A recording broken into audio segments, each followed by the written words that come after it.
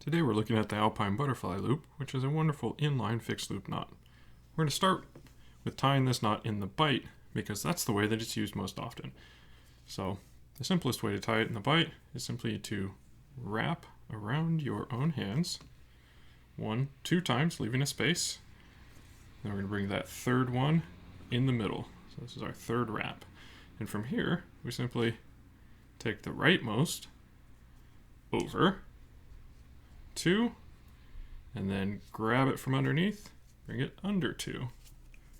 Pull that down, and then give a firm tug on the 2 sides of the line there. Here's our finished Alpine Butterfly Knot. Another way that we can tie it in the bite is simply to form our bite, give it a twist, give it a second twist. Now fold it down, and this area right here, crossing over the 2 standing parts, is going to get tucked behind and through this area here where my finger is.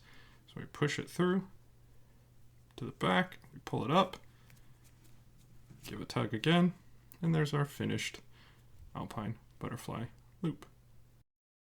Those are the 2 ways that you're going to tie it most of the time. Any loop knot can be tied as a bend, but often the techniques are pretty different. So for the Alpine Butterfly, you're going to form a bite, and then cross over to form this kind of P shape. And notice that the working end is going over the standing part. Then you're going to mirror that on the other side, passing through. So we're going to bring the working end of the white rope through the back here and form our mirrored P shape. Notice the working end is crossing over the standing part. So they're matched in that way. And then we open up this common circle area here, and we're going to take both working ends back and through that, making sure not to cross them. And as we do that, we give a nice tug here, we see this has the same form as our previous Alpine Butterfly loop, where if these 2 were joined together, that would be our loop right there. Now, an issue with this is that this is actually not a secure bend.